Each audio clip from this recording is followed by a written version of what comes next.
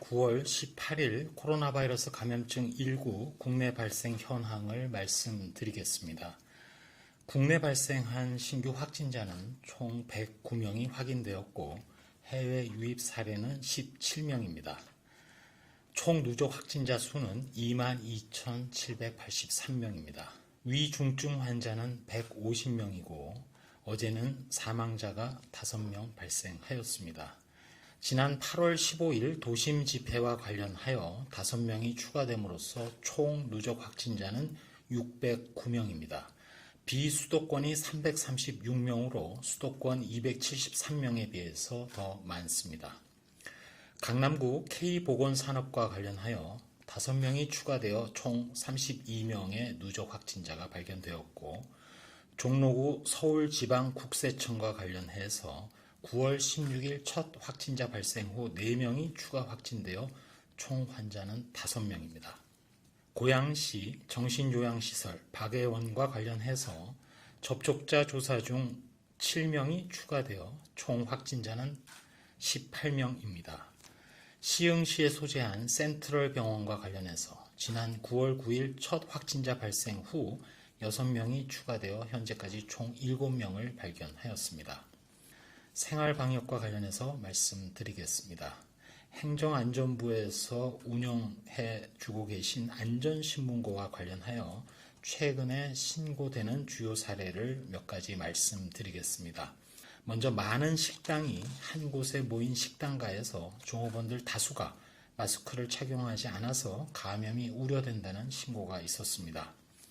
또한 의료기기 체험장에서 밀폐된 좁은 공간의 체험장에 많은 사람들이 마스크를 착용하지 않아서 감염이 우려된다는 신고도 있었습니다. 식당, 카페 등 다중이용시설에서 수시로 환기와 소독을 실시해 주시기 바라고 또 종사자, 이용자 모두 방역수칙을 철저히 준수해 주실 것을 당부드립니다. 특별히 주말을 맞아서 9월 들어서 종교시설에서의 집단 발생 사례를 분석하였습니다. 9월 이후 종전에 비해서는 좀 전체 규모는 줄었습니다만 4개의 종교시설에서 총 56명의 확진자가 발생을 하였습니다.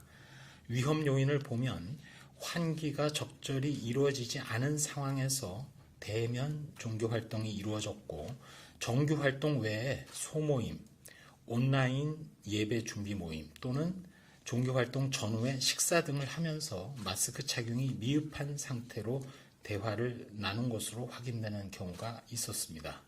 거듭 강조드립니다만 주말을 맞아서 종교시설에서 각종 종교활동은 비대면으로 실시를 해 주시고 모든 대면 모임, 행사, 단체 식사 등은 자제해 주실 것을 거듭 요청드립니다. 마지막으로 말씀드리겠습니다. 코로나19 발생이 현재 쉽게 감소하는 모양새는 아닙니다만 최근 2주간의 양상을 보면 전체적으로는 그동안의 거리두기 효과가 나타나고 있다고 판단하고 있습니다. 다만 이번 유행은 수도권이 중심이었기 때문에 사실상 전국적으로 전파가 이루어진 셈이고 따라서 지난번의 어느 유행보다도 위험하고 아슬아슬한 상황입니다. 만약 지금 전국의 어느 고위험시설 또는 어떠한 대규모 행사에서라도 집단 감염이 한두 곳만 생겨도 금세 확진자가 급격하게 늘어날 가능성도 배제할 수 없습니다.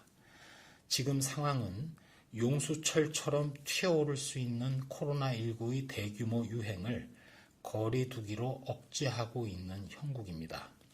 거리두기 강도를 조절하면서 완전한 봉쇄로 가지 않고 2차 유행이 생기면 그 초기에 전체 국민들의 적극적인 참여로 유행을 억누르려 노력하고 있는 우리의 현재 상황은 전 세계적으로 오히려 드문 상황입니다. 국민 여러분들의 이해와 협조가 없다면 사실 불가능한 일입니다.